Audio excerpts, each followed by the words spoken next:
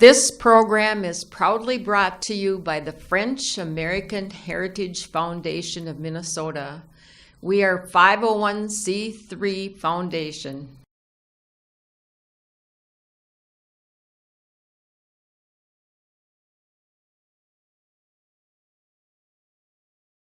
Hey, bienvenue and welcome everybody.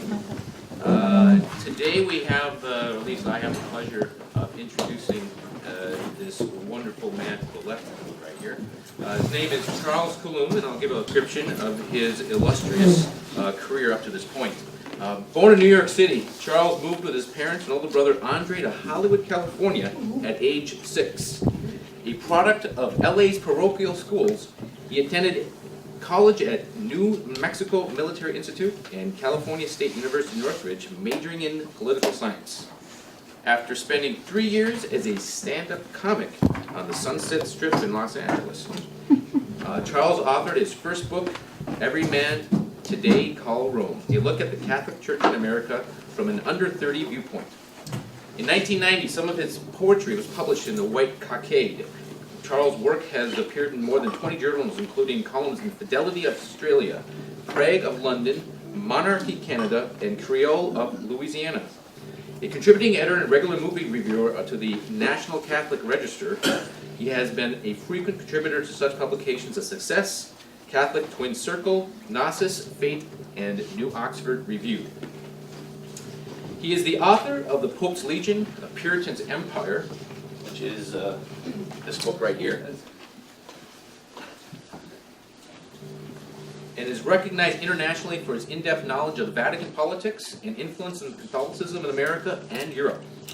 His international articles have appeared in New Oxford Review, National Catholic Register, American Thinker, Los Angeles Catholic Mission, Monarchy Canada, and Taki magazine. Charles serves as Western U.S. Delegate of the Grand Council of the UK-based International Monarchist League and is a Knight of the Order of St. Sylvester and a member of the Catholic Claver.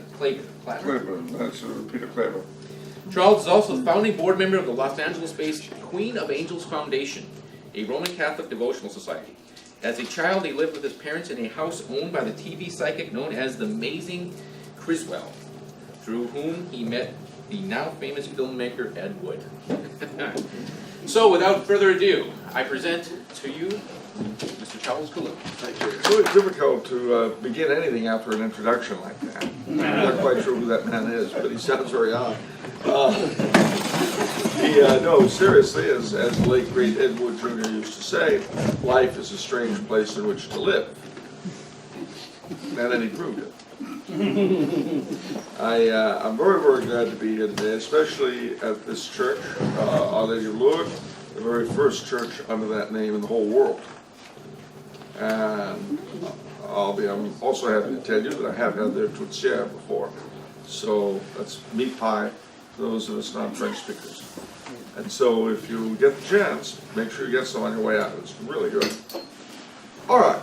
Well, my topic today is the influence of the Catholic faith on the immigration, the French immigration to the Americas, to the New World. Canada, the United States, to be specific. I have to admit that doing this on St. Patrick's Day is a little daunting. I feel a sort of rival influence floating about. A good friend of mine in New Hampshire, Russell LaPlume, who would always go to work on this day in black. And when people would say, why are you wearing black? Oh, I'm observing the feast of St. Joseph of Arimathea. Saint Joseph d'Arimathea. Oh, what, is there another feast today? Well, I won't get too anti-Irish. A little bit. I'm part Irish myself, so I have to be slightly kind to them. Especially on St. Patrick's Day. Anyway, enough folderol. We should get to the actual topic. What was the influence of the Catholic faith on the immigration to Canada, on our ancestors coming here? In a nutshell, everything. Complete, total. And I will get to some observations about the present, but before I do, before I even look at the past, I think it's important to bear in mind, and I want to choose my words carefully here. In a sense, we Franco-Americans are very tragic people, because we count for nothing in this country. We are relics. We are, as someone described us once, an archipelago. Little settlements here and there, where the English speakers and the Spanish have their political realities. We do not, outside of Quebec, and to a lesser degree all of Canada. And with the dying birth rate in Quebec, if things do not change,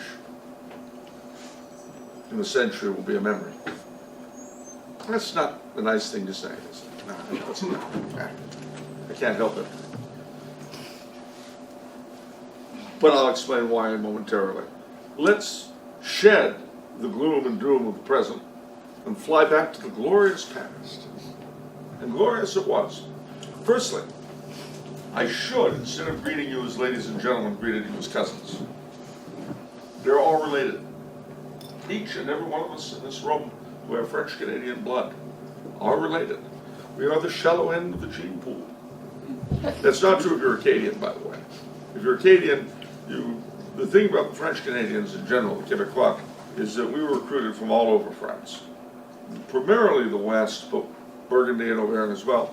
The Acadians came from very restricted areas, and then they came over to the Maritimes and went through their various adventures, which we'll touch on. But they were a people apart. I have a great-uncle by marriage who is dead now. My brother was named after him, André Sirois, brilliant man, inventor. Lived off being paid not to market his inventions by major companies. That's really something. He said it's even better than working. But he married my great aunt, and they always said, well, of course, Uncle Andre is Acadian. Now, that was never said with anything like, no. But there was always the recognition that the Acadians were not quite the same as ourselves. But of course, we have far more in common with them than anybody else. It's an odd relationship, and I never, to this day, have quite gotten to the bottom of it. But as far as the rest of us are concerned, we all descend from a few hundred individuals. We have a few hundred last names. And if I rally off to you some of the names in my background, you'll recognize some, I'm sure. Coulombe, maybe, Odette, Pelletier, Nadeau, Vigneux. I could go on. Well, yeah, because we're all related. Well, this is because the difficulties marking the first settlements, in a sense, have remained with us to this day. They're image, they're marked. One of the impressions you'll be given if you've gone to an American school is that England was enlightened and liberal and wonderful in the 17th and 18th centuries, until they got bad at our revolution somehow. But France, Spain, and Portugal were terribly run. They had the Inquisition, the church ran everything. It was just awful. Just awful, awful, awful. Well, I didn't say that. But here's the problem. It was easy to get people to leave England. It was pulling teeth to get them to leave France, Spain, and Portugal, which I suspect gives the lie to there being terrible places to live in those days. People generally are reluctant to leave only when they're enjoying where they are. If you don't believe me, who here is emigrating to Fiji? No. All right. Well. So, when the King of France decided he was going to settle New France, he had a problem, and that was getting people to come over. A source that he could have used, perhaps, would have been the Huguenots, those the Protestant folk. But they had fought a very bloody civil war with the Huguenots, and the Huguenots tended to side with the king's enemies, the English and the Protestant Germans and Swedes and so forth. So, how to get people to come to Quebec? He had a brilliant idea. We'll send a regiment, and then we'll give them free land if they'll settle down after they're demobilized. And so, one group of our ancestors was sent over. The Regiment de Carignan-Salières, or if you prefer, Carignan-Salieres, if that's his name. But now they're settled, and they're told, all right, when you demobilize, you will get land. You can live here as landowners. Become seigneurs, lords. That was fine. But now there's another problem. no women. What to do, what to do, what to do. Well, and this is a big influence of the faith already. There were a network throughout France of what were called royal convents. And these were, don't be shocked, convents that were backed by the king. And orphan girls would be left to them, and they would train them up, they would teach them to read and write and cook and spin and do everything else. And to speak, keep that in mind, to speak. And when they left the convents, they had a certain legal standing. The king provided their dowries, and they could choose their husbands. So, he had the bright idea, let's send these ladies to the New World. And that's what they did. The filles du roi, the daughters of the king. And these ladies would arrive here, well not here, but Quebec, or New Orleans, or Mobile, with dowries, usually things in big boxes, cachet, which is why one of the names for them in the South are casket girls. It doesn't mean they came over in coffins. All right, anyway. So the oldest families in Mobile and New Orleans and Quebec inevitably number one or more of these ladies in their ancestry. Now, a lot of them married the Carignan-Salière guys and other people. They left a lasting influence, however, on the Canadian French dialect. What was that? Well, actually, at the time of the first settlement, French, as we think of it, was spoken by a small minority in France, the area around Paris and the Royal Court. The rest of France, as is true in a lot of places, spoke various dialects, some of which were completely incomprehensible to each other. And that was in the north of France. Then you got to the south, in southern France, you had Provençal, which is, off in the stratosphere somewhere, with Catalan and so on. So, you look at the men who settled in Canada, and they came, as I say, from all over. And yet, there's very little influence of non-Francien dialects in Canadian French. Why is this? Well, it's because the filles du roi spoke the French of the court. And they were the ladies who taught children to speak. And that is why Canadian French has the tone and the style and the manner that it does. It comes from them. It's also incidentally why we roll the tip of the tongue when we roll our R's rather than gargling in the back the way they do in France. That, by the way, was the standard that changed the French Revolution, just so you know. Because the French nobility, and even today the nobles still do this, roll it in the tongue. But the standard changed after the revolution, so they could sound more like sans culotte. And so that's where you get that gargling sound you heard in French class. Well, I digress. That was, shall we say, purely the settlement angle. But the King of France was not simply after places to settle Frenchmen or furs. It was also after the conversion of the souls of the Indians. And who did he send? The Jesuits who were sent out to New France were there to evangelize the Hurons and Algonquin and other Indians, and the Mohawks when they could. And they made some tremendous conversions. You'll read about these in what are called the Jesuit Relations, which is some of the first literature to come out of Quebec, the Relations. And they converted a lot of Indians whose descendants rather are in the church today. They converted Saint Catherine Tequita and a whole group of Mohawks. But the Iroquois as a whole were not fond of the Huron. They went to war, they captured their missionaries, and they tortured them very unpleasantly. Sir Jean Brebeuf, who died, whose anniversary of death was yesterday, the Iroquois bit off his canonical fingers, the thumb and forefingers, so that he wouldn't be able to say Mass. But that was done on purpose, they knew what they were doing. But, Jesuits in those days were smart people, so he outsmarted them. He went to Rome, he got a dispensation, and he went back to Canada, able to say Mass with the stops. So he was happy. But he was captured again, and this time killed. So these are the people that you hear called variously the American martyrs, the Canadian martyrs, the North American martyrs.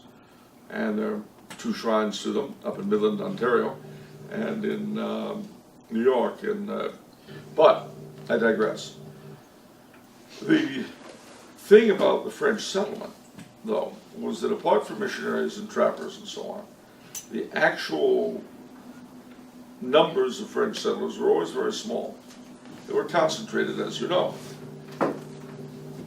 The St. Lawrence River Valley, everyone settled so everyone could have a bit of land on the river. You look at the farms, they call them ribbon farms because they're shaped like that. You look at the old pre-1968 counties in Quebec, they were all the same kind of shape. And every one of these places were, how do I put it? The parish was both a civil and a religious organization. Anybody here ever hear the word Seigneur? Okay, well it means Lord. Now, a Seigneur in Canada could buy his seigneury. And he usually had to promise to develop it to a certain degree to the king. He'd be granted X amount of land. He'd have X amount of tenants. He'd build a mill so that they could have someplace to grind their corn. He would be the captain of the militia, and he would be the chairman of the parish council.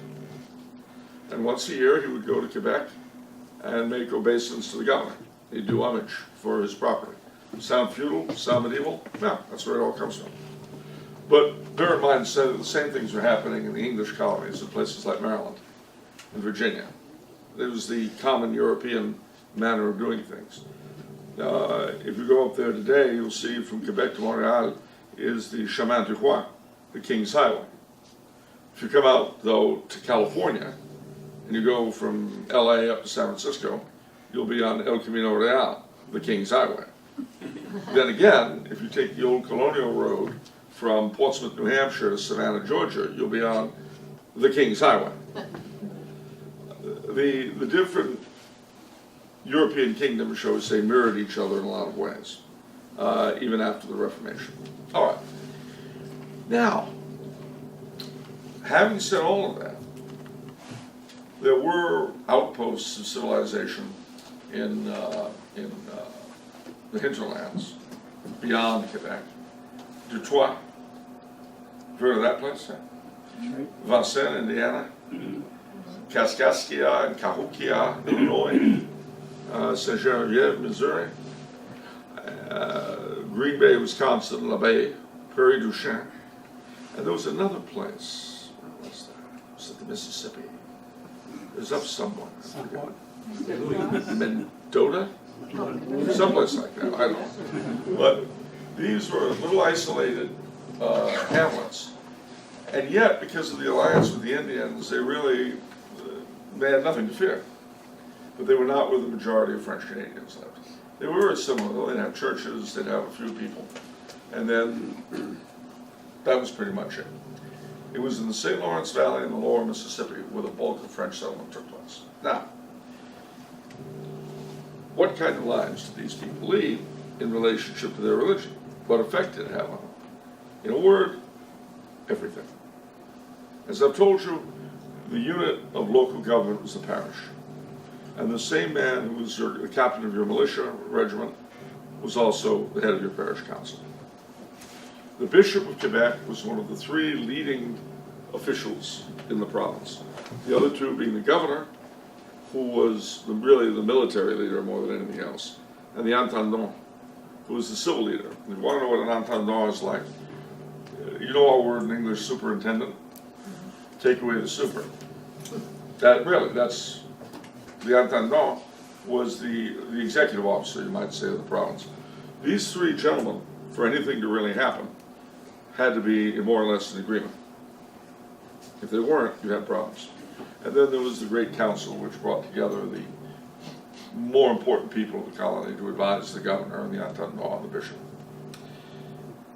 The church year really dominated the lives of our ancestors, the liturgical year. It was intimately connected up with the natural year.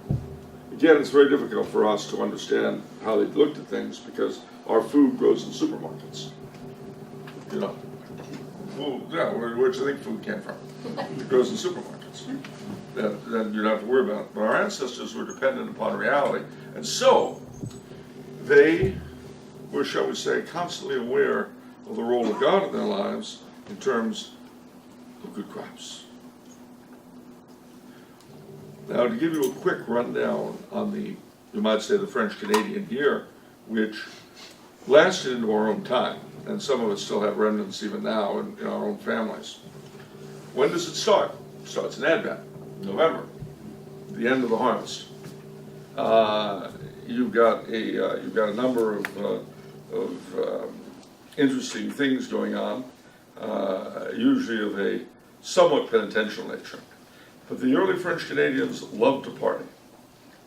And feasts were both religious and, shall we say, secular observances. You go to Mass, and then you'd have a big dance. Boy, could they dance. Hours they could dance. And if they couldn't get a hold of vin from the old country, they made things like begos. Ever hear that phrase? It's rudely translated as moonshine. It's a lot tastier. For one thing, it's made by French Canadians. Made by these hands with love. Anyway, so they would have, the Advent season was somewhat penitential. And Christmas was not a big day of celebration the way it is with us. It was a primarily religious holiday. They didn't give gifts at Christmas, but they went to midnight mass. They made some really. Remember, Christmas Eve in those days was an abstinence day, so there was no meat.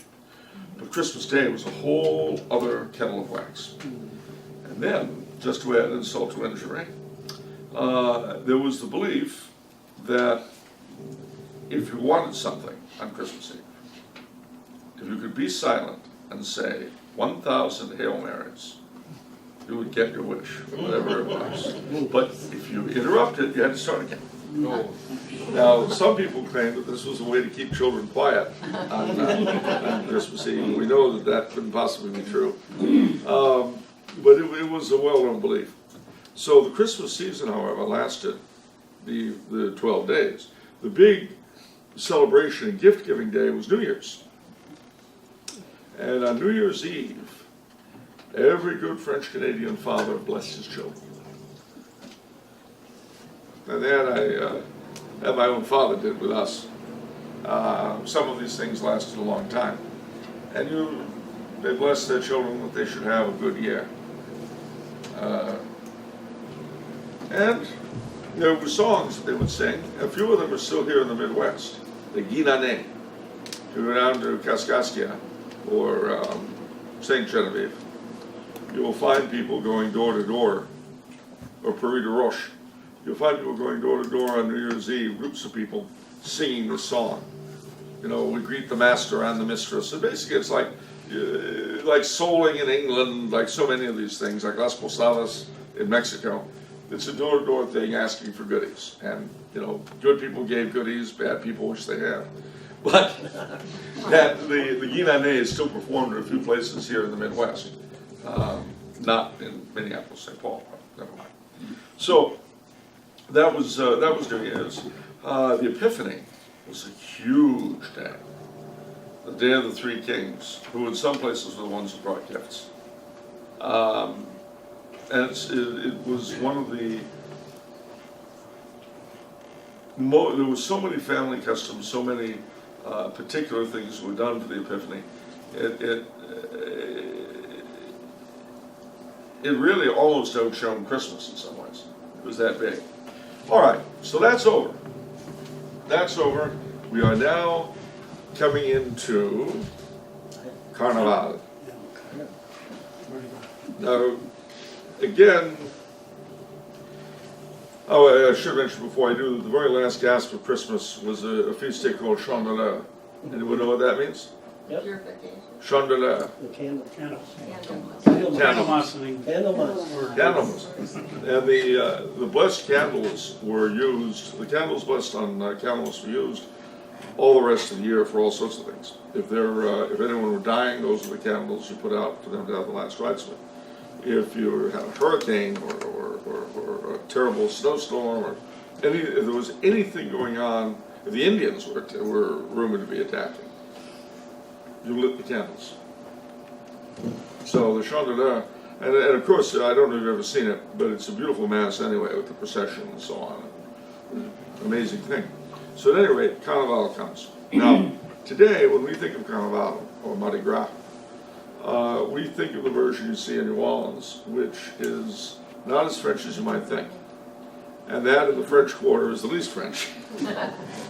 But nevertheless, it was a very important time. Why?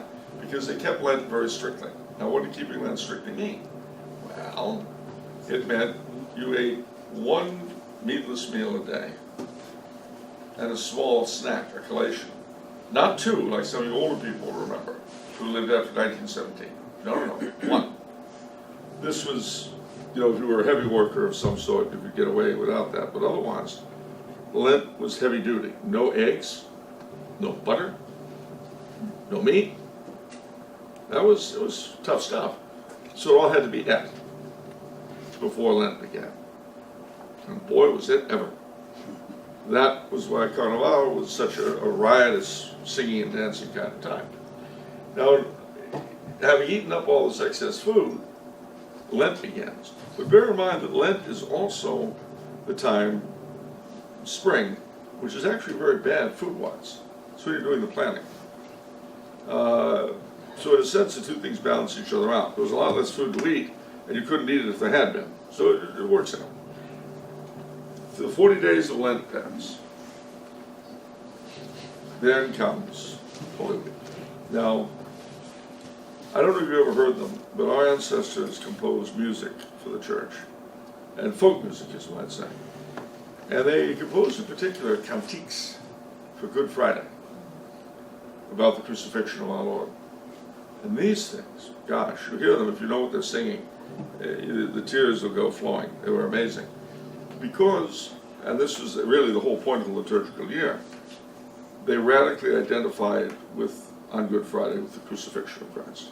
All their own sacrifices, all their own pains they offered up. It was a very real thing to them. Now, after Good Friday, of course, came Easter, which was another big time to celebrate. And boy, did they know how to celebrate. And again, they had folk songs specifically for Easter. They kept it going quite a while, actually.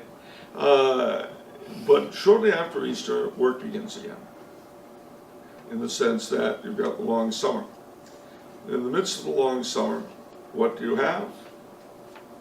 The greatest day in the entire calendar, the feast of Saint Jean-Baptiste, our patron saint. Now, I have to point out that most places in Canada, in Quebec rather, had and have their own patron saints, and on their saints' days they make a big deal. The typical mass and party. But the Jour de Juin, that was the great day. And they'd dance around poles and they'd light fires on St. John's Eve, which the priests would bless. And they told ghost stories, frightening, horrible ghost stories. Anybody here ever hear of the loup-garou? Yes. Ah, Oh, yes. it's the werewolf. Oh, yes. Anybody here? He lived in our... It's funny, Mommy, what are those scratch marks in my bed? Ever hear of the lutin? The what? Lutin, L-U-T-I-N. Lutin was a sort of fairy, but it would ride the horses at night and get its long fingernails all wound up in the horse's mane. And so you knew that the lutin had been at your horses when you come in the morning, and they're all sweaty, and their manes are all tangled up. Well, a quick version of one tale, the sort of thing you would have heard on St. John's Eve. It so happened that this one farmer, Tijon, as you know, we all have our T names. Those are nicknames for those people. T means little, with C, the way most of us would say it. My name when I was a boy was Ciblon, because I was very pale. And I inherited it from my dad, which, yeah, I wished he was left money instead of a nickname, but yeah, take what you want. Anyway, so what happens is that Tijon, he goes out to the barn And what does he see? His horses are all covered up with sweat. And the manes, they got all tangled. So he knew the Lutin had been there. So what does he do? He hides with a mirror. And the Lutin, he comes in, he gets on one of the horses, and Tijon jumps out. He says, hold on there. And the lieutenant looks at him and says, what are you, little man, to tell me? And he says, well, you don't want to come here. The bad one is coming. The bad one? Who is the bad one? Oh, he's terrible, much worse than you. You better not be lying or I will cut your throat. And he had long nails. I will cut your throat from ear to ear. I'm not lying. Let me show you his picture. He pulled out the mirror and showed it to the lieutenant. And the lieutenant shrieked with horror, ran from the place, and was never seen again. But that's the kind of story you would tell on St. John's Eve, as the fires burn. Well, as you can imagine, time moves on, and the harvest comes. Big thing for the French Canadians, the harvest. And they had songs and dances to bring in the last and the first of what was harvested. Masses for the blessings of the first fruit. It is, again, anything you can imagine being blessed, the French Canadians would have blessed. You see, we, knowing, unlike them, who were superstitious and thought that they owed their what success they had to God, since we know it comes all from ourselves, we don't. Oh, never mind. Anyway, no, I don't want to make us look bad in comparison to our fathers. Oh, sorry, that was taking me down a line of thought I didn't want to go. But what should happen? The autumn winds on. Of course, the Nativity of Our Lady, I've not even touched upon the importance of the Virgin Mary to the French Canadians. I didn't touch on the Feast of the Assumption. Now that's an important feast. Why, you ask? Because it is the national feast, not just for the Acadians, but for all the French. Now why is this? I will tell you. There was a king in France called Louis XIII. He was the Three Musketeer king, so called because that's when that story is set. And he was really, more than any one single person, the father of French Canada. Although his son, Louis XIV, really did the greatest bit of the development, as it were, of the colony. It was under Louis XIII that things got rolling. Well, he and his wife, Anne of Austria, had been married for 20 years. And not a child did they see. They tried, and they tried, and they tried, and nothing happened. Finally, and bear in mind that Louis XIII's father had become king after the terrible Huguenot wars, and that it had fallen to him, Louis XIII, to try to put the country back together again. And he was only too aware that if he didn't have an heir, France was going to be in a very bad way. So, he told the Virgin Mary, he made a vow, give us a child, and I will consecrate my country and my crown to you. Within a month, Anne of Austria conceived. And the king was as good as his word. And so from that day to this, except during the French Revolution, when they were busy with other things, in all the major churches of France, there is a procession to honor the king's vow. Because he consecrated, a big ceremony of consecrating the country and his crown and so forth. And then he ordered these processions would take place every year. And under the French regime, they did so in Quebec as well.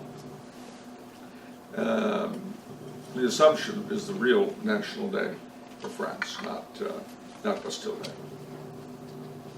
I hate to put it to you, and any fans of Bastille Day, well, we have a word in English. What is? Oh, tough. I remember. That's the one. Tough. Anyway, my late father, who was very French Canadian, used to say, "Never justify yourself. Let the other man justify himself." And why is he asking you these questions anyway? Huh?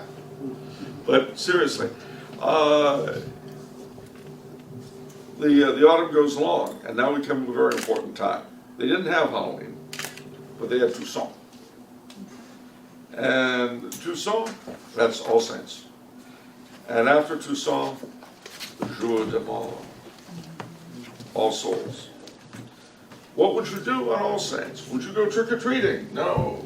Did you put out the jack-o'-lantern? No. What you did was you went to the cemetery. And some people would have picnics on their family plots. And you clean them up, and you light candles. And at night, in the cemeteries of New France, and Old France for that matter, they'd be filled with candles. It was, even today in New Orleans they do this, if you go down to St. Louis No. 1 and places like that. Anyway, the traditional liturgy of the church had an interesting thing which played a big part in the French-Canadian approach to these things. And that was, well, again, you know what Vespers are, yes? The church's prayer in the afternoon. Well, it was typical for a family on Sundays, by way of explaining what I'm trying to explain, not just rambling, though I can do that too if you'd rather. The typical Sunday for the French Canadian, who had to work very hard most of the week, planting and all that sort of thing, they would go to Mass in the morning. Then during the day, because a lot of these people have come in from country places, farms and all that scattered around, they come in, they go to Mass, and then after Mass is over, they spend the day in town, in the village, playing games, seeing the sights, doing whatever they're going to do, and then they'd go to Vespers at the church that night. And then after Vespers was over, they'd go back to wherever they came from. So Vespers played a big part in their religious life. All right. On All Saints' Night, Vespers was, in the traditional liturgy, a very peculiar thing. Because remember what All Saints is. It's a celebration of all the saints that have ever been, not just the ones in the calendar, but people who are in heaven whom we don't know about. All Souls is when we pray for our dead. Now, the Vespers of All Saints is very interesting because the first part of that liturgy is very triumphant. Gold or white vestments, you know, beautiful, triumphant songs. Why? Because they're celebrating what is the intended fate of every human being that lives up to it, and that's to become a saint. But then, there's a switch, and it becomes the Vespers of the Dead. Off goes the white and gold, on goes the black. And the chants, the tunes become very mournful and doleful. And that's the beginning of All Souls' Day. And again, that was given up to prayers for the dead, 3 masses for the dead. And really, the whole of November, the Holy Souls, the month of the Holy Souls, was considered in old French Canada a very important time. Now, that's something I need to emphasize at this point, and that is that the French Canadians have always been people very much concerned about our ancestry, about those who came before us. The reason for that is religious, because they're very much aware of the need to pray for our forefathers. It was a big, big part of the culture. That's why the month meant so much to them in a way that in a lot of Catholic cultures it isn't quite so pushed on. But it was with the French Canadians. Even today, you know, in Quebec, when people start arguing about politics, everybody's got to say when their first ancestor came to the colony. You know, before you, and if you came after 1700, you've got nothing to say.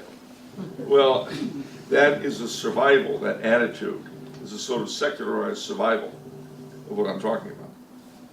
And part of it, too, I think, is simply because there were so few of us to begin with were measurable in a way that larger people are not. I guarantee you that every one of us could sit down in this room and find out how we're related, given the miracle of the internet. We could do so within a couple days. Very, very easily. Well, that wasn't always the case before the internet, but that reality was very much a part of French Canadian culture. But they believed that they were a people with a mission. Remember I told you about the Jesuit relations and the evangelization of the Indians. That was a big part of what French Canadian culture was. The heroic stands against the Iroquois and so on were all part of the idea of the French Canadians being the carriers of the Catholic faith and French culture to a dark and strange continent. And that continued to be the case when the majority of that continent ceased to be Indian and became Anglo instead. Now, time moves on. There was the conquest, as you know.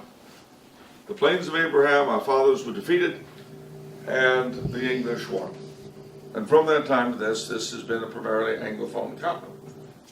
All right, well, this was, however, in some ways, a blessing in disguise. When George III inherited all of these French and Indians, he signed a treaty with King Louis XV, which declared that he would treat his new French and Indian subjects as though they were his very own by birth. That sounds nice, right? Except remember that England had the penal laws. Although they often weren't enforced, it was illegal to be Catholic. It was illegal for a Catholic to hold land. Catholics couldn't vote. If you were a priest, you could be executed because it was treason. That was the way it was illegally in England until 1778. Now, fortunately, George III was interested in Catholic emancipation. And he kept his word.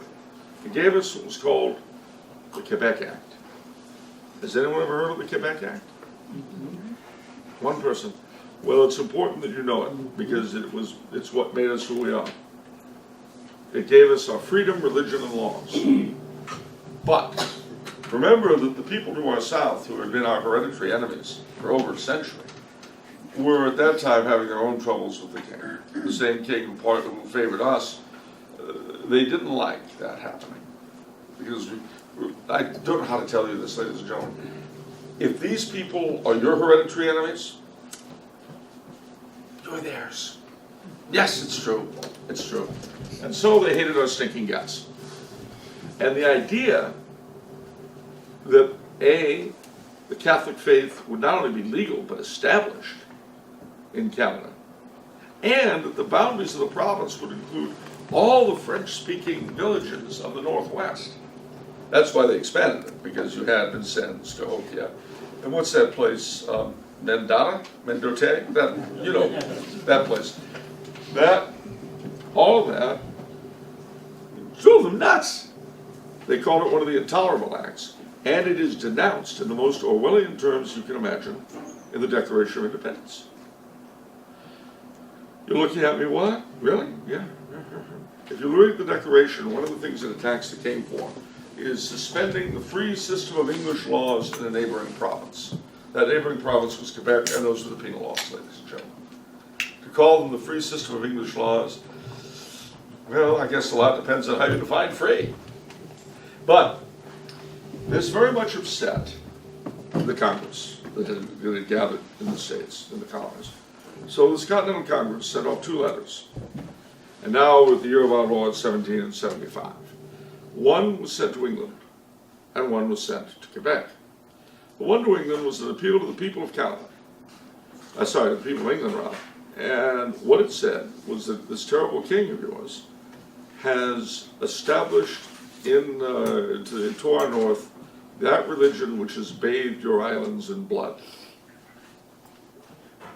Elegant.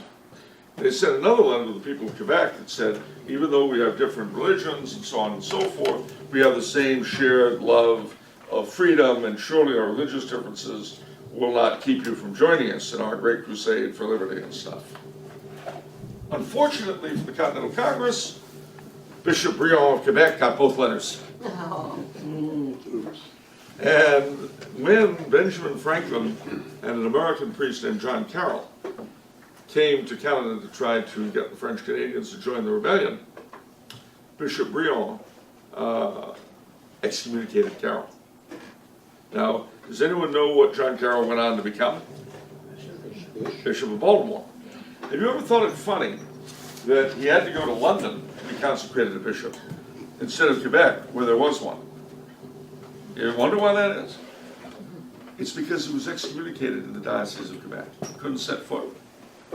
And that excommunication was only lifted about 6 years ago. So he was lucky he wasn't buried in Quebec, I'll tell you. Anyway,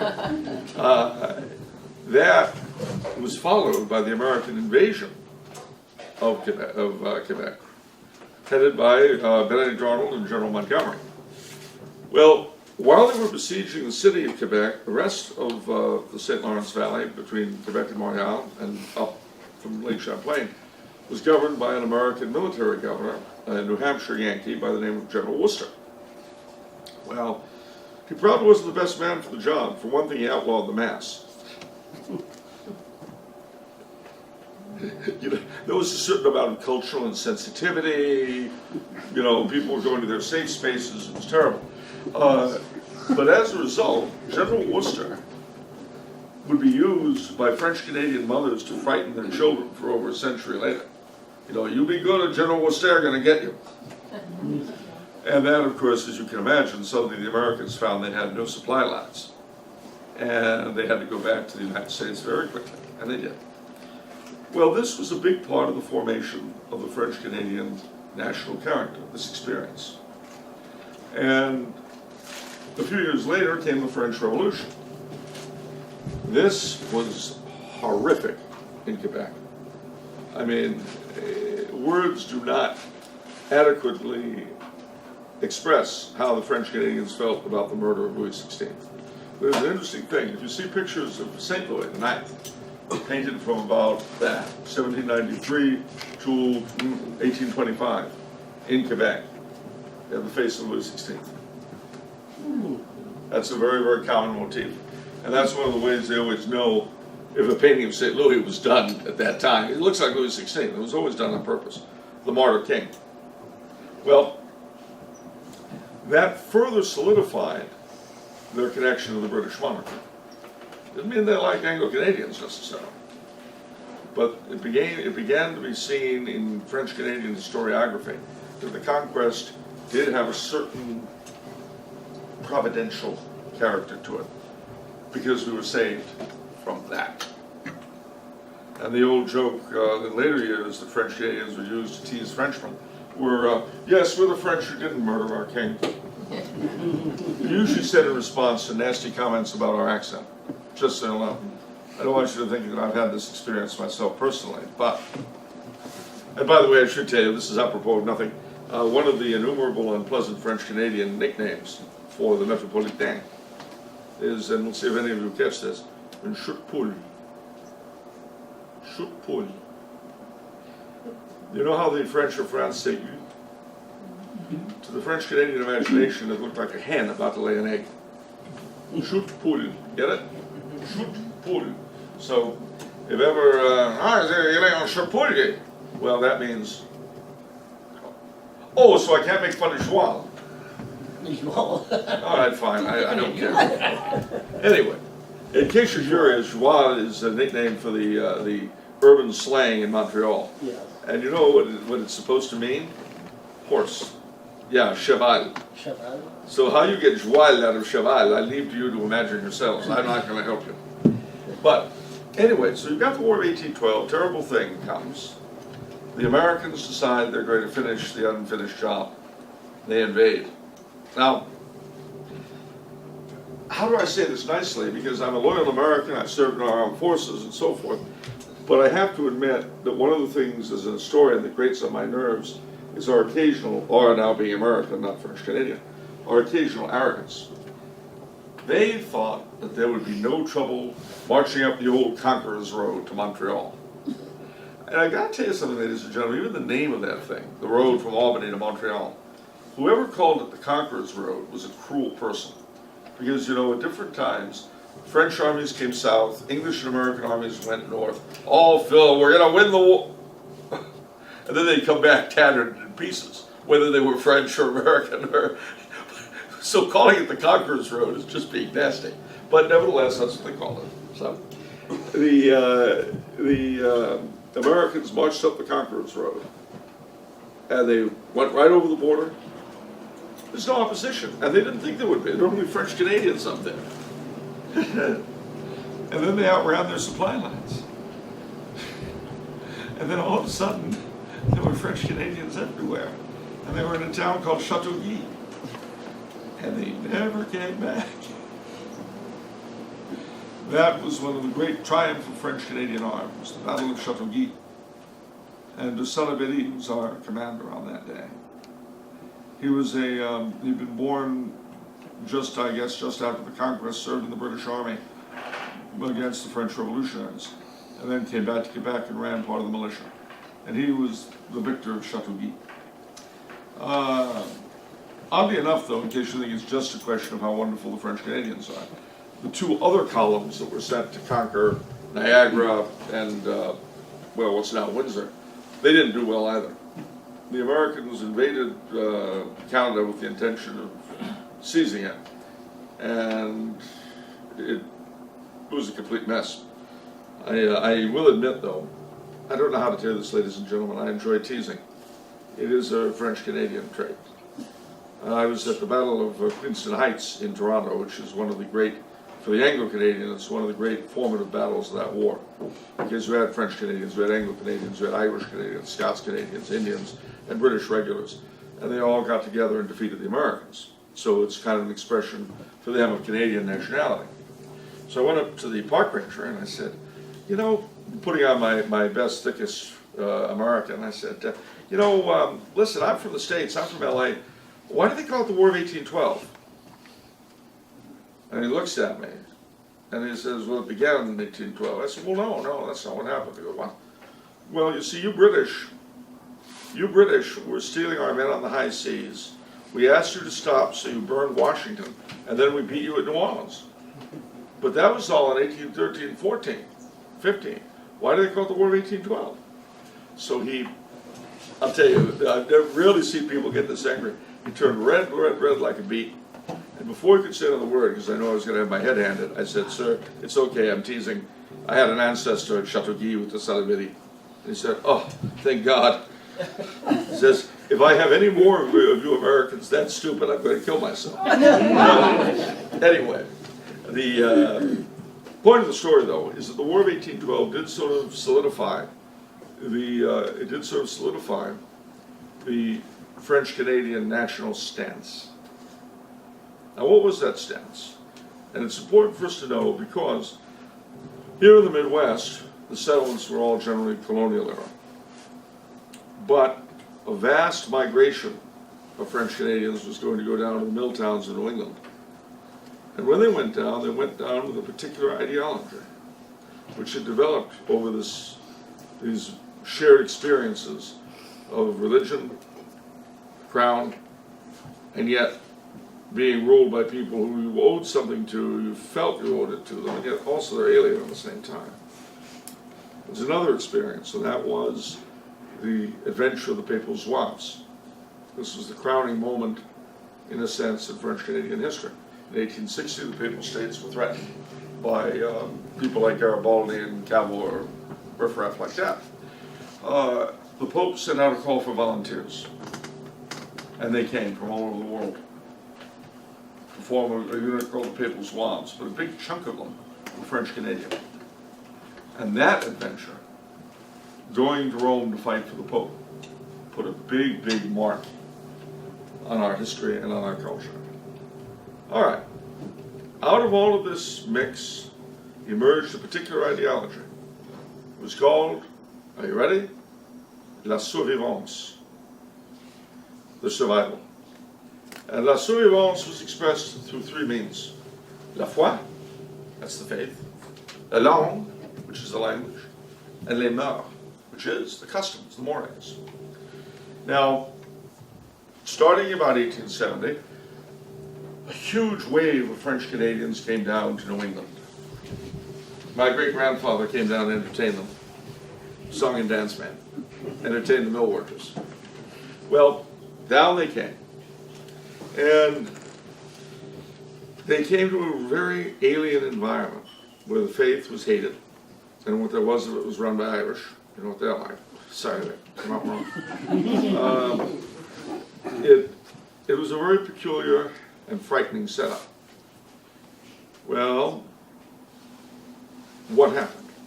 Almost immediately, the French Canadians came into conflict with the local hierarchy, and not just because they were Irish or Kennedys, but because, remember what I said earlier about the Seigneur being the head of the parish council? Well, the French Canadians were used to a setup whereby each parish had a real parish council, not the kinds of things we invented after Vatican II here, but these were the people responsible for the maintenance of the church. And they were laymen. They raised the money, they kept things going.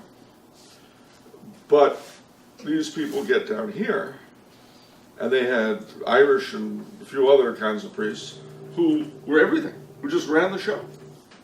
And the same with the bishops, absolutely no voice. And when I say this, it wasn't they have this idea that laymen should have a voice in the church or something like that. It's much simpler than that. We pay, so we have a right to know what's done with our money. Very simple. It wasn't a theoretical thing. But this led them into all kinds of conflicts with the hierarchy in New England, of which the crowning moment, drum roll, something you've never heard, but I'll tell you anyway, look it up, La Sentinelle, the great affair of the Sentinelle. Quick explanation. Anyone here ever hear of Charles Maurras in France? Huh? No? Good. L'Action Française. French royalists, right-wing, that kind of thing. Very popular in the 1880s and 90s and teens, 19 teens. He had a lot of devotees in Quebec. This will shock you, but French Canada had an intellectual life, and a very Catholic intellectual life. Again, something we're not used to. But one of the foremost promoters of this in Quebec at that time was a really, and we're in the 1920s now, was a really great historiographer, one of the best people ever produced, by the name of Monsignor Lionel Groulbe. If you have the chance, look him up. The Fondation Lionel Groulbe has most of his stuff online, and if you don't read French, that's why God made Google Translate. No, I'm quite serious. I mean, it's great. I can read all sorts of stuff in languages I don't know, and Googleese is a little bit weird, I grant you, but you'll get an idea of what's being spoken about. Obviously, the further off from English it gets, the weirder it gets. So, I mean, Chinese, you wonder what they're saying. But, doesn't matter. They're really good with French. So, if you don't read French, I suggest use your Google Translate. That's why God invented it. But, Monsignor Groulbe founded something called L'Action Française Canadienne. They, in turn, had several sets of sympathizers in New England. There was a newspaper in Worcester, Mass, by the name of Le Travailleur, and it's the worker, Wilfrid Beaulieu being the fiery editor. For some reason, he's always described as fiery, so I guess he had kind of a peppery personality, I don't know. There was the Association Canado-Américaine in Manchester, New Hampshire, which I have the proud honor to be a member. And there was a magazine in Woonsocket, Rhode Island called Le Sentinelle. La Sentinelle. La. Now, the Sentinelle got into a fight with the Bishop of Providence in the year of our Lord, 1926, I think. What had happened was that there was a gentleman's agreement that French-Canadian money would go to French-Canadian schools. It wouldn't go to Irish schools, go to French-Canadian schools. The bishop opened up a language-neutral, i.e. English, school, high school, and he took French-Canadian money to do it. When the papers, although they were very, very pious, although when a bishop made a problem, the decision, they had no fear in calling him out on it. So they did the same down here. It didn't work quite the same way. Whereas in Canada, the bishop would have been very outraged and demanded a meeting to thrash out their events. Down here, he excommunicated them. Because, you know, we Americans are much more open-minded than our closed-minded French-Canadian neighbors. So as a result, they were all excommunicated. Everyone in the Sentinelle, everyone who adhered to it, the whole kit and caboodle. And then this old Catholic bishop showed up, and it looked like they were going to go in the way of the Polish National Catholics. I don't know if you know who they are, but it's your own Archbishop of Ireland was one of the causes of them. So your Archbishop of Ireland has the great claim to fame of having been the start of not one but two schisms. There aren't too many historic church for who to make that claim, so I'm proud of it if you're not. Anyway, what? Somebody has to be. If not me, then who? But at any rate, I digress. Very, very quickly, because we're coming to the end of the talk, and we'll go on with questions. The Sentinelle affair was diffused by a lady called Little Rose Ferron. Little Rose Ferron was a stigmatic. living in Woonsocket. She was originally from the great and glorious town of Sherbrooke in Quebec. But her family at an early age moved to Woonsocket to work at the mills, and she got the stigmata there. Interesting side note, has anyone here ever heard of Teresa Neumann? She was a German stigmatic at the same time. Well, one of the people who knew Little Rose in Woonsocket was a Monsieur Hebert, who had a lot of money. And he went to Germany on tour, and he heard about this Teresa Neumann lady. He goes to see her, and says, you know, the translator says, Fräulein Neumann would like to know what town you're from in America. And he says, Woonsocket, Rhode Island. And she talks to the guy, and then the translator looks back at him and says, Fräulein Neumann wants you to know she has a spiritual sister there. Have you ever heard of someone called Rose Ferrand? Well, you know, he was one of her great supporters, and he was absolutely blown away. All I can tell you is that stigmatics, I think, must live in an area of reality that the rest of us miss out on. But he was quite shocked by that happening. Anyway, so she did a great deal toward putting Humpty Dumpty back together again. But interestingly enough, no French Canadian bishop was appointed in New England from that time on until Vatican II. We had been bad people and we were punished. Well, one of the things I have to say before closing and going out of the questions is that we have to make a quick look, since by that time, well, I don't know your backgrounds here specifically, but in the Midwest, you did have in Kansas and Nebraska, Minnesota, Iowa, the Dakotas, you had a number of French-speaking settlements in the latter course of the 19th century. The colonial era settlements only went as far west as that place, Mendota, or whatever it is. But everything west of that was settled, sort of colonial expeditions, you might say, either from Quebec or Ontario. 70 in Minnesota. What's that? 70 in Minnesota. 70 Yeah, French 70. settlers. Or from a district south of Chicago called Kankakee. Very good. Kankakee, St. Anne, Bourbonnais, all those little towns around there. They were settled, and a ton of the people who lived there also moved out on this western migration. And a lot of the French in Kansas came from Kaskaskia, just so you know. Why am I mentioning all this? Well, because although we're all related, it's a very different experience to what was going on in New England. And as a rule, the French Canadians tended to get very assimilated very quickly out on the prairie. But in New England, it was different. And part of it was because there were enough of us to establish an infrastructure of our own parishes. And we're even, I mean, you might establish a French church out in, St. Croix, Kansas, but you were going to get whatever priest would give you. And if Father Kurzweiler was a German, your mass would be in Latin, all right, but you'd get the sermon that he gave you. So it was very different in New England, because there you had a ton of people of many different nationalities, you had a ton of national parishes. In the French national parishes, the schools would teach half the day in English, half the day in French. What did that mean? It meant that you produced people who were perfectly bilingual. Like my late father, who was a radio actor in English. But when he went to France, people were constantly asking him what part of France he was from. Whereas whenever I opened my mouth, it was, vous êtes Canadien. And when I was like 11 or 12, I got sick of this. I said to my father, I said, Papa, how come they always know? And he switches to English and he says, well, son, I don't rather know. I reckon it's just something about the way you talk. I said, why do I talk this way? Whose fault is that? He said, well, I didn't want your relatives to think you were putting on airs. My father always had that sort of things. But at any rate, so there was sort of a parallel world, the little Canadas, you might call them, of New England. And they were very Catholic, very family-centered, but they had other problems. For one thing, not being agricultural, they were usually mill and industrial workers. And so we had a lot of alcoholism. We had a lot of broken families. We had all sorts of problems. I don't know how to tell you this, ladies and gentlemen, but probably mill working is not the most humane occupation you can have.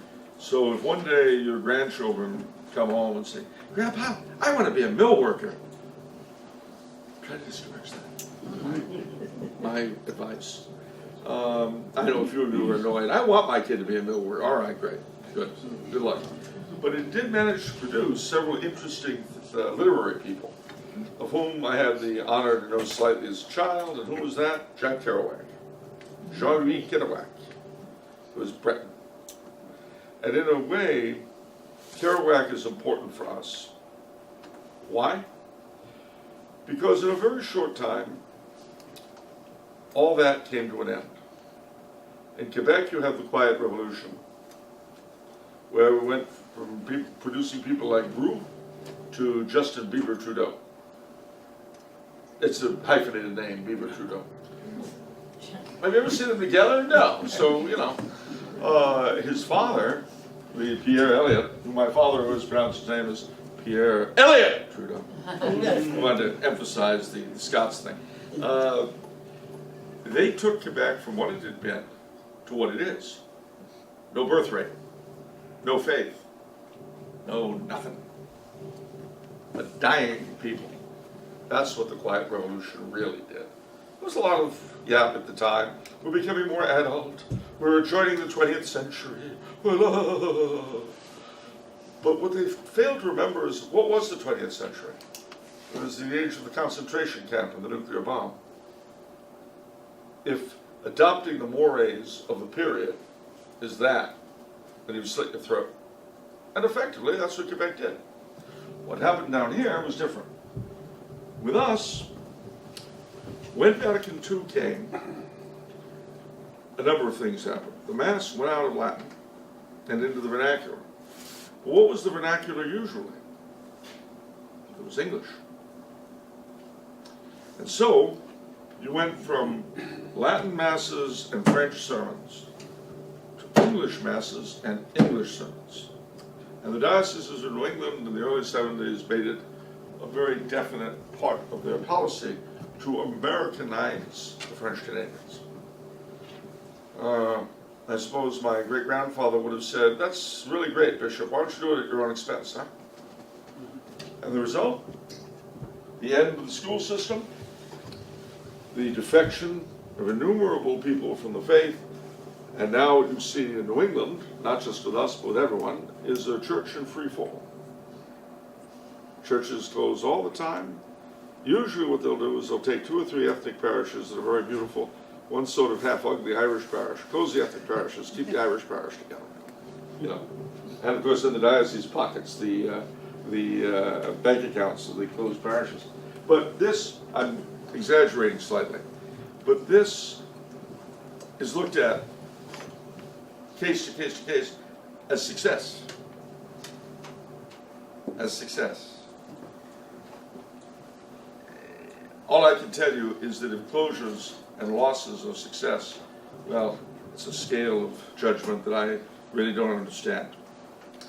Where does all this bring us to the present? Well, the faith will survive, I fully believe. I like to say that I may not be as good a Frenchman as my ancestors, but I try to be the kind of Catholic they were. The faith will survive, but we may not. Think of North Africa and St. Augustine. This is Catholic as Italy. Not anymore. Now it's a clump of ruins. The future, ladies and gentlemen, lies always with us who are alive. So, obviously I'm very partisan in this area, and I don't mind being partisan. All my life, I've listened to partisans of opposing views. I decided early on that I would express my own. But one thing I can assure you of, and that is that regardless of whether or not the French fact in North America becomes one with Nineveh and Tyre, or whether we somehow or other experience a second spring, although how that would happen I can't see. It doesn't mean it won't. You know, if you had gotten St. Augustine and St. Ambrose together to talk about the Roman Empire in their day, they would have not really been very optimistic, humanly speaking. And yet, there's no way they could have foretold Clovis. That's a reference I won't even explain. Look him up on the internet, Clovis. The other half of it, though, is that had St. Ambrose and St. Augustine not done what they did, there would have been no Clovis. One thing our ancestors understood, and that is that life grows and death does not. They understood that because they were more in touch with the seasons, more in touch with the faith, more in touch with reality than we are. I have this to say as I close, and that is, I guarantee you that as we ought to be praying for all of our ancestors, they are praying for us. And I can say without any shadow of doubt that they pray that we be better than they were. Comments? No. People out in New England, they always refer to themselves as Franco-Americans. Yeah. And I've lived in this area now for 70 years and grew up in a very French-Canadian household. And we never were Franco-American. People here are always French-Canadians. Right. Do you know why, or? I do. Okay, good. The reason it has to go to the, shall we say, the internal politics of New England. All right. The French Canadians there, because there were so many, I mean, you gotta understand, we were looked at like the Mexicans. Okay, we were the white, if we're part of the expression, but this is what they said, the white niggers of North America. That's how we were in England. So there was a pressure to prove our loyalty to the country. And that's why so many of us signed up in the 1898 war against Spain, World War I, World War II. I mean, my own father was signed up in 1944 on his 18th birthday. That was very, very common because there was this pressure to show, yes, we're French Canadian, well, we're French, but we're Americans. So that was where that whole Franco-American thing came from. My only problem with it is the spaghetti sauce. Because, well, living in California, if I call myself Franco-American, they go, uh-oh, spaghetti. You know, and I got sick of that, so I call myself French Canadian. But that's where it comes from. There was this huge, huge pressure on us, so. So that's that. Anything more? The Office of Cash aren't forthcoming. Yes, ma'am. Yeah, in the course of taking a French language class, we were told that in 1923 in Louisiana it became illegal to speak French in the schools and in government places. That's correct. And in 1918 in Louisiana. Yes. Yeah. So that was another suppression of the culture, I suppose. It was, but it didn't have the same effect as in the church because you got to bear in mind that most French Canadians did not deal, I mean, they weren't in government. You know, they not that many of them went to public schools, so that was an expression of disfavor, you might say. But it didn't have quite the effect as the church getting rid of bilingual education did. You know, because that's where we went. And of course, the other annoying thing about the 1923 affair was, bear in mind, this is just 5 years, it was the same in Louisiana. This is just 5 years, and in their case, not even one, after we'd sent tons of our boys over to France to fight. You know, and this is how we get rewarded. So it was a deeply felt pain, but its practical effect wasn't that great, if that makes sense. Yes, ma'am. Could you share anything about the presence of French Canadians in Little Canada and The presence of area? which? Little Canada in Yes. Minnesota and this area, St. Anthony, Maine? I can. This area was settled, I hate to bring up Archbishop Ireland again, and I don't want to smack him around too much, as much fun as that is for me personally. You did found a university. Oh, I get a kick out of it, no end. Anyway, but there were, as I say, from the Midwest and from Quebec directly, there was a wave of settlements in Minnesota after the Civil War. Do you know the town of Faribault? The gentleman, and I can't for the life of me remember his first name, you'll have to, my senility, early onset dementia is a terrible thing. But, Faribault was one of the great leaders of immigration. Jean-Baptiste? What's that? Jean-Baptiste Paribault? That's the one. I should have remembered that name. But Jean-Baptiste Faribault, he was one of the great leaders of the French-Canadian immigration out here. And of course, Archbishop Ireland encouraged it because, you ever heard of the Catholic Colonization Society? Anybody? No? No. Well, basically, this was a group that were trying to bring Catholics of whatever ethnicity to Minnesota and the Midwest. He was one of the big men behind it. Still, like, there's a town called Clontarf. That was the Irish, one of the Irish settlements. And if you go driving around in that part of the world, it's this weird checkerboard effect. You know, this town, they're all Irish. You go to the next town, they're Italians. You go to the next town, they're Poles. Well, that was because of the work of the Colonization Society. So some of the French, not all, came out because of that. Little Canada was just what you're thinking. And it's interesting that I've been there, the church is St. Louis, named, of course, St. Louis in France. And yeah, I mean, it was typical of the settlements that you had up here. They began,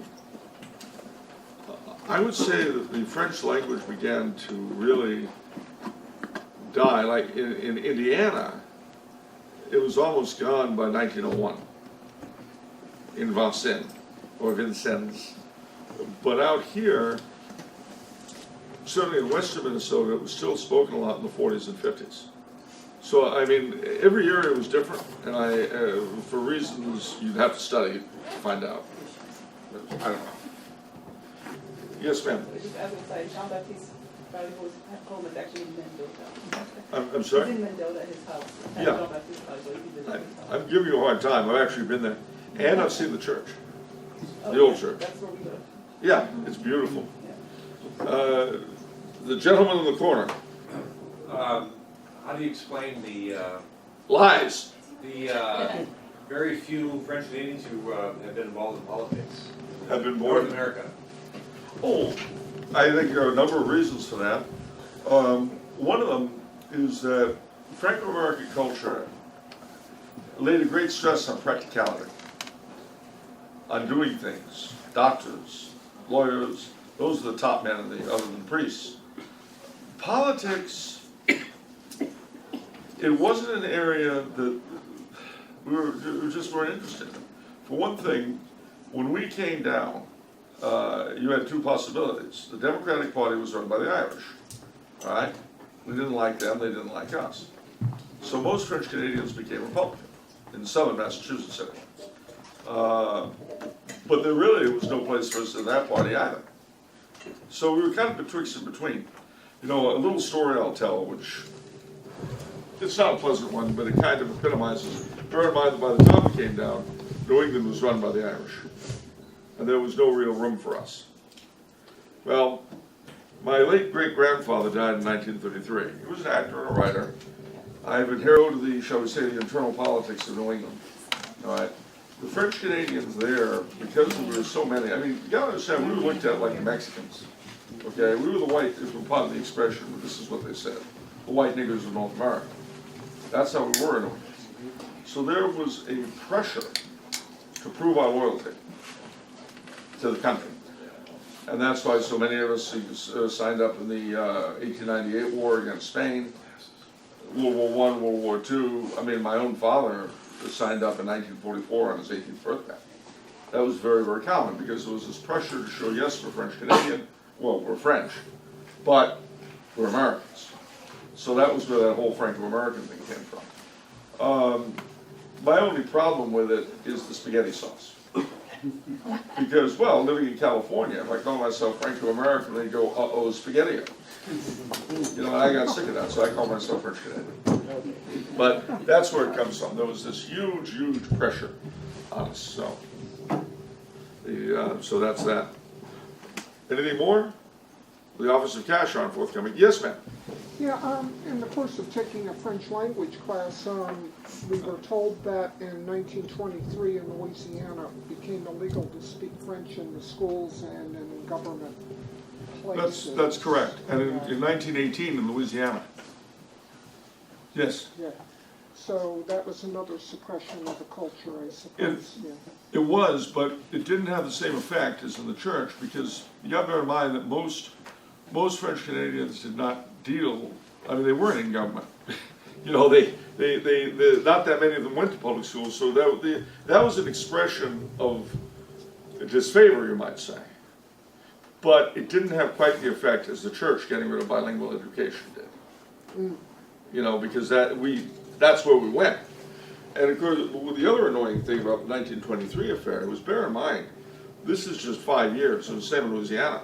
This is just 5 years, and in their case, not even one, after we'd sent tons of our boys over to France to fight. You know, and this is how we get rewarded. So it was a deeply felt pain, but its practical effect wasn't that great, if that makes sense. Yes, ma'am. Could you share anything about the presence of French Canadians in Little Canada and The presence of area, which? Little Canada in Yes. Minnesota and this area, St. Anthony, Maine? I can. This area was settled, I hate to bring up Archbishop Ireland again, and I don't want to smack him around too much, as much fun as that is for me personally. You did found a university. Oh, I get a kick out of it, no end. Anyway, but there were, as I say, from the Midwest and from Quebec directly, there was a wave of settlements in Minnesota after the Civil War. Do you know the town of Parish? The gentleman, and I can't for the life of me remember his first name, you'll have to, my senilities, early onset dementia is a terrible thing, but Parish was one of the great leaders of immigration. Jean-Baptiste. What's that? Jean-Baptiste Parish. That's the one. I should have remembered that name. But Jean-Baptiste Parish, he was one of the great leaders of the French Canadian immigration out here. And of course, Archbishop of Ireland encouraged it because you ever heard of the Catholic Colonization Society? Anybody? No? Well, basically, this was a group that were trying to bring Catholics of whatever ethnicity to Minnesota and the Midwest. He was one of the big men behind it.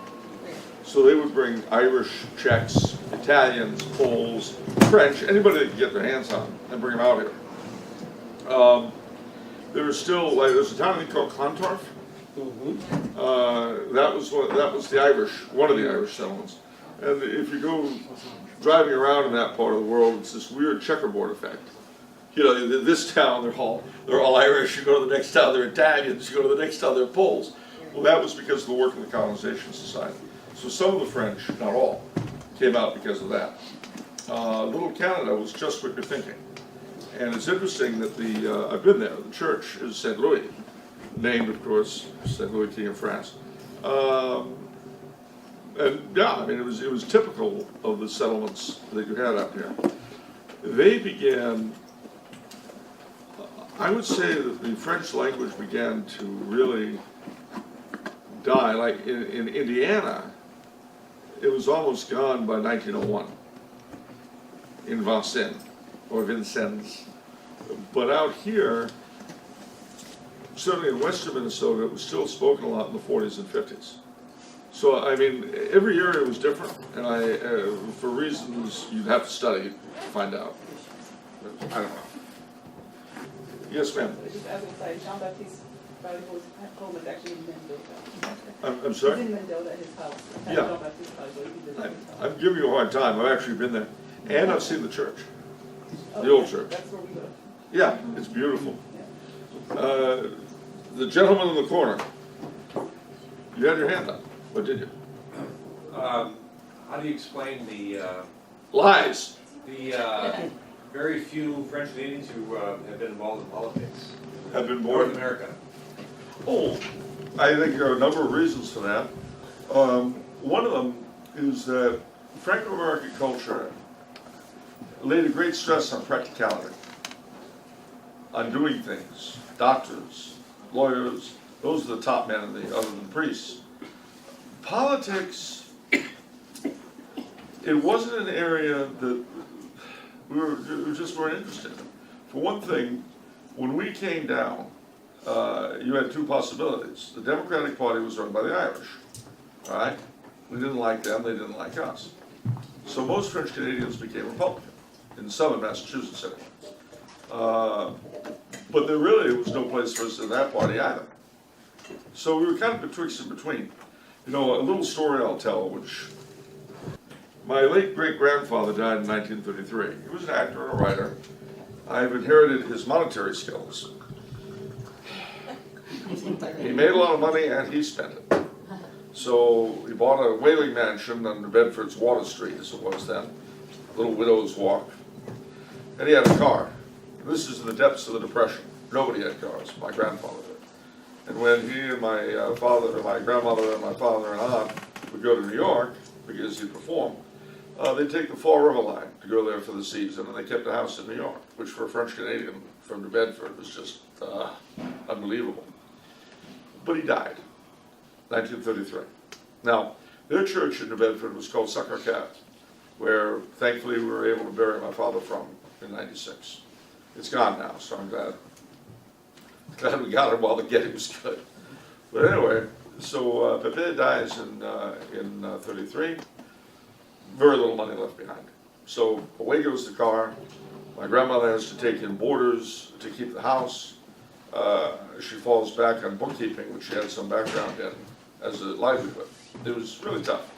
But at any rate, they would always take the streetcar to go, as we said in those days, down to Lourdes to Sacré-Cœur. All right. Well, one day they missed the streetcar. So, Meme and Papa and my tante had to go to the Irish church, where they had never been before. Very good mass. Well, they went in, and just as at Sacré-Cœur, they sat in the front row. Pepe having been Marguillier at Sacré-Cœur, they sat in the front row. Now, don't misunderstand. My grandmother wasn't wearing the lace hat. You know, they didn't have the wooden sabot. It wasn't anything like that. But the priest somehow knew who they were. And in the midst of his sermon, he goes, "Why don't your people go back where you belong?" Well, they just sat there. And afterwards, my grandmother, who spoke English quite as well as she spoke French, said to the priest on the way out, who's an Irishman, of course, "Oh, I'm so sorry, Father. I hadn't realized this was an Episcopal church." And my dad says the priest turned red as a beet, was so angry he couldn't talk. It was fun to watch. So off they went. But I say this because in those days, the Irish had a lock on everything. The proof of the pudding, you know, the final Irish gift to the French of southern Massachusetts? Take the 195 through Fall River in New Bedford. It was set through the downtowns of both of them. Destroyed everything. That house on Water Street, under the 195. You can go by yourself and see it. They could have set the thing on the outskirts, but they did that on purpose. I'm not saying that, you know, out of deep dark conspiracy theory. It's not the Illuminati. Everybody knew it. But when they have a lock on the Great and General Court, hope that answers the question. Well, the governor of Maine is French Canadian. I'm not saying he's a good governor. I'm sorry? The governor of Maine is French Canadian. Oh, that's a whole other kettle of fish. Yeah. But Not saying he's a good governor. well, see, the thing is, as eventually we began to go into politics, but our politicians are not people I could really be proud of.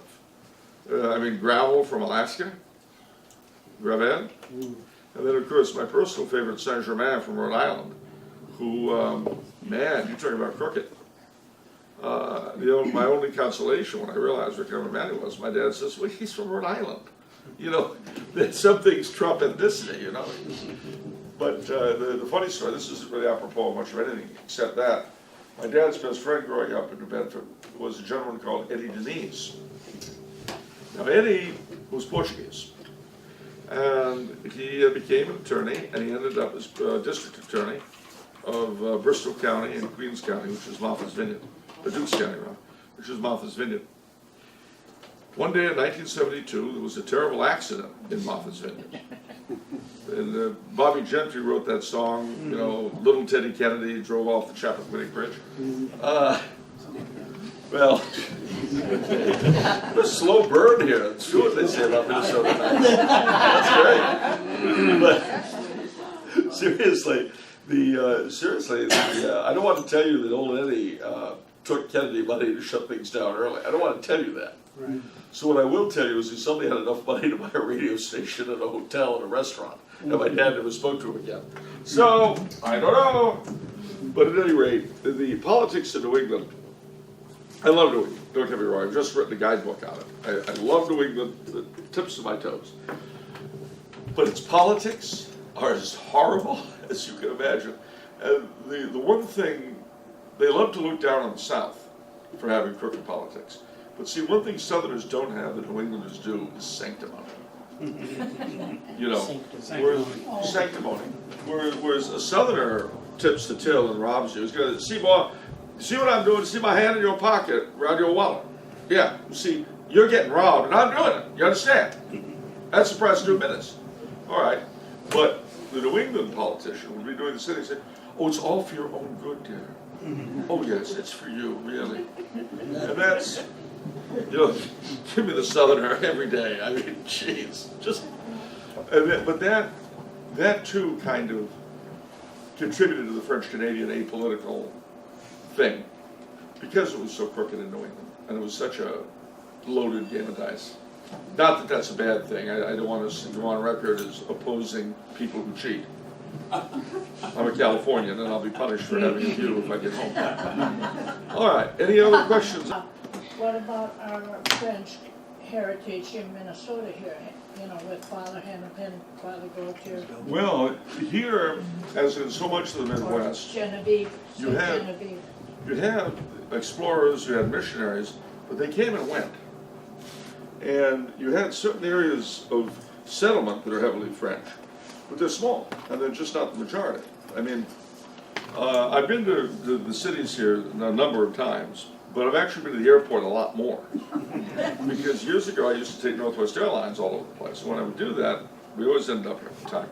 And I remember a book that I used to see. It showed these two ancient ladies, just and sour looks on their faces, like they'd just bitten into pickles. And the title of the book was Scandinavian Humor and Other Minnesota Myths. And,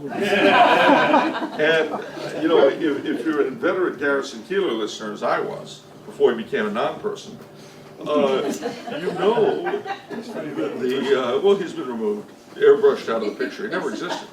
But he lived on my great uncle's farm in the period after his first divorce. So see, that's the thing about Minnesota. If you come bring up any Minnesotan, someone in the room knows it. We're all related. His view, you know, the people that watched him on Saturday afternoon was completely different as the neighbors up home. Well, that I believe, but here's the thing. His fictional Lake Wobegon gives an answer to your question about the French. No, I'm serious. Yeah. Because the Wobegonese, which is not a phrase anyone used, were Germans and Norwegians. The only French element about Lake Wobegon was the original Indian-French explorer who passed through. And that has been our influence on most of Minnesota. It's just, you know, we're there and back again. The other thing, though, about Lake Wobegon that he made cracked me up. And again, one of the funny things about Garrison Keillor back when he was in existence in a person was that his humor was filled with jokes for different people if they could get them. And one of them was the founder of Lake Wobegon was a Unitarian missionary. You'd have to know something about Unitarians to see what a crock that would be. Unitarian missionaries, you know, to see what a crock that would be. When the Roman Emperor went into retirement, the final one in the West, and it wasn't so long after that you had Clovis. And Yeah. was Clovis really a Merovingian? And was he as French, say, as Charlemagne with the Carolingians, who came after the Merovingians? Well, yeah. You really had the French were Oh, the church in the- a very before- real way. In 488, the Frankish chieftain Clovis was baptized. And you should know this, because this is considered the birth of the French nation. Right. Now, when he was baptized, his wife, Saint Clotilde, who's considered the mother of the French nation, you'll see Saint Clotilde's towns and villages named that throughout Quebec, usually with some weird name like Saint Clotilde of Thetford. But that's sort of an Eastern Townships thing. But Clovis was a Frankish leader, a barbarian, really. He snuffed out the last remnants of Roman rule in Gaul, in the north. But his wife, Saint Clotilde, prevailed upon him to be baptized. He was going to a battle, and he said, all right, if I win this battle, then I'll know it's your God, and I'll convert. So he did. And on Christmas Day, 488, St. Remigius baptized him and his nobleman at Reims. That looks like Reims, which is why the kings of France are crowned there, because the crown goes afterwards. Now, that occasion, 488, that first dynasty, were called the Merovingians. Now, unfortunately, the Merovingians had a terrible hereditary law of inheritance, which was that everybody equal shares. Which meant that every time a king died, his children would divide up the country. And they'd fall into warfare and all this. This kind of exhausted them. And when they were pretty much done to spend force, more and more they began to do less and less. And so the mayor of the palace in each of these Frankish realms did the real work. Eventually, a fellow called Charles Martel became the mayor of the palace. He defeated the Muslims who were invading from Spain, Battle of Tours. His son, Pepin the Short, so-called because of his size, was sick of being mayor of the palace with a do-nothing king. So he asked the Pope for permission to replace him. And the last Merovingian, Childeric III, was sent off to a monastery, and Pepin became king. That was the father of Charlemagne. And that family are called Carolingians because of Charles Martel, not because of Charlemagne. But they were descended from the Merovingians in the female line. And just to make things even more exciting, the Royal House of France, the Capet, descend from the Carolingians in the female line. For those of you who are not from California, the descent from the female line means from the mother. But those of us who are Californians have trouble with these things. It's from a parent of some kind. Well, of course, that's for Charlemagne, of course, his son, Charles the Fat. Oh, They call don't let's start. That's a whole other talk. They all But what I will say, belly up. it's interesting is that Charlemagne is considered both the first king of France and the first Holy Roman Emperor. So, First king of France, yeah. yes, sir. I have a question here. I've heard about, and we've been kind of told about, the people of Quebec felt that the Catholic Church was in kind of collusion with the English government shortly after the conquest up there. Can you say something about that? They kind of felt that they were sold out. I sure can. A certain kind of Quebecois feels that way. The ones who brought you the Quiet Revolution. That was that school of thought. And in the name of the Quiet Revolution, they secularized French Canadian society. You know what? What? It didn't work. Because what they believed was wrong. When you base your actions on false principles, they very often don't work well. Or as my late father used to say, when you're stupid, bad things happen. The truth of the matter is that, the church in Quebec became closely allied with the British for a very good reason. They gave us our freedom and protected us from the Americans. Mm-hmm. And again, whatever else you say, we did not have the choice of ruling ourselves, not on either side of the border. So less that, where are we in Canada and where are we here? The French-Canadian civilization I described to you, which I could have gone, we had it long before the Quiet Revolution. We had academies, we had writers, we had all sorts of things. None of that would have happened if the Americans had won. We would have been assimilated. So that is my answer. Okay. My answer is, again, it's like with the Irish today, who are very similar to us in Ireland, I did a lecture tour of Ireland back in '93, and I made a lot of predictions about the way the country was going to go. They didn't like hearing what I had to say. I was younger then and not as diplomatic and sweet as I am now. But nevertheless, everything I said came to pass. It happened. It happened. And why? Because I saw the same dynamic happen in Quebec. What happened, a big part of what happened in Quebec, to be brutally frank, is that the clergy went south. You see, there was a crisis in the Catholic Church that happened at the same time. But when you have a very clerical, remember we lost our seigneurs between 1850 and 1950, that class was phased out. We did not really have an established lay leadership. The clergy became our leadership. Now that worked when they were solid. That was fine. Worked in Ireland. Worked to the south of the Netherlands.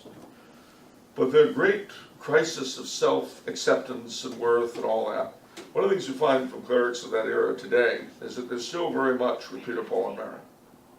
were still locked in the 60s. And I understand, I can remember the 60s. I wasn't a teenager, but I remember them. And I can understand when you're trapped in your youth and all that. But that crisis of self-doubt and disbelief in everything that had come before, the desire to, as Clovis said, burn what you have worshipped and worship what you have burned. That destroyed the center of French Canadian, the French Canadian, the Irish, and the Southern Dutch ethos. You look at those three cultures, you see them implode in exactly the same way, for exactly the same reasons.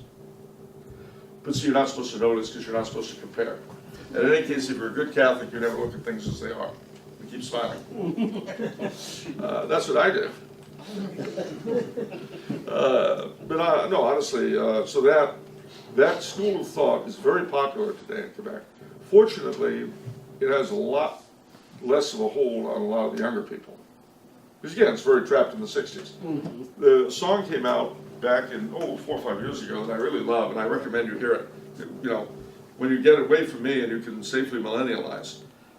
It's called Degeneration. Generation. Yeah, by a band called Messieurs, my ancestors. It's a great song, but it speaks to the whole thing. It starts out, you know, your father, your great-grandfather worked the land, your grandfather owned the land, your father sold the land, and you live in an apartment. You know, and every verse is like that.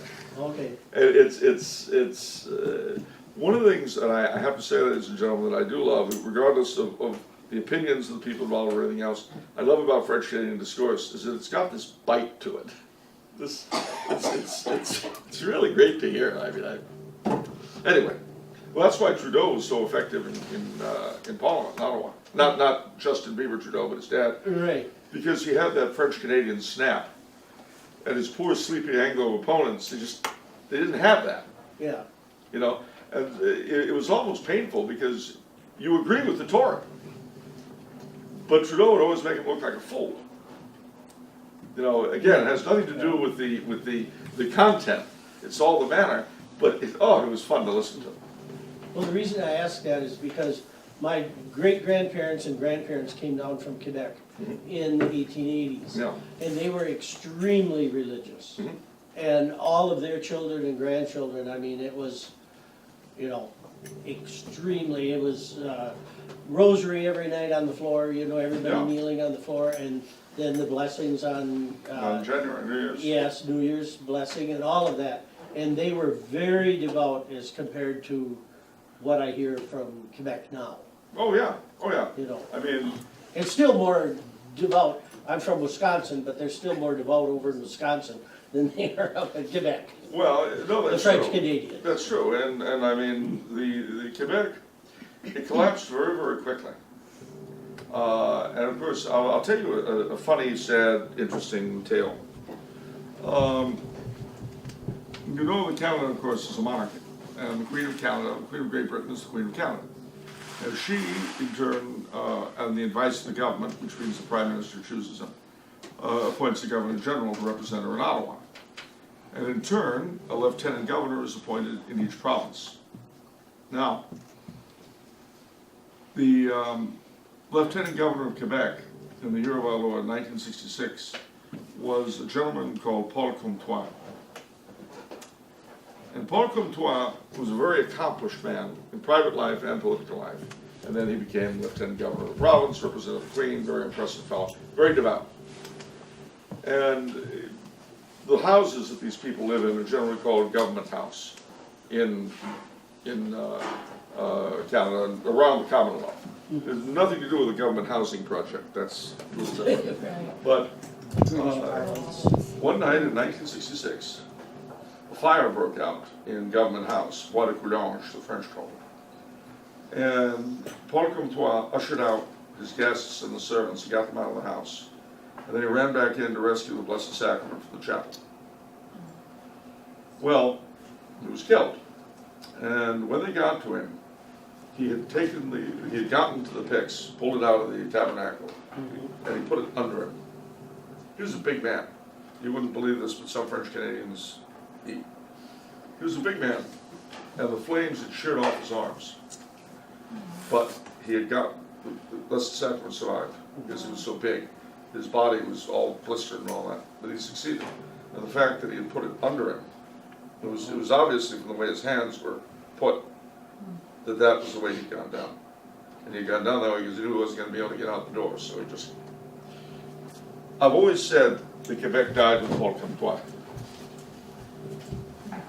He represented all that was best in us. I hope we resurrect, but I can't promise. All right, that's it. That's it. Thank you very much, ladies and gentlemen. Oh, this is your local heritage. How many here have been to the Cathedral of St. Paul? Yes. All right, you know the side chapel of St. Jean-Baptiste. You better be there June 24th. We have our own festival. What's that? We're gonna put on a festival for our organization at the. Well, yeah, but you should make a visit. So to remind everybody, this is a presentation by the French American Heritage Foundation.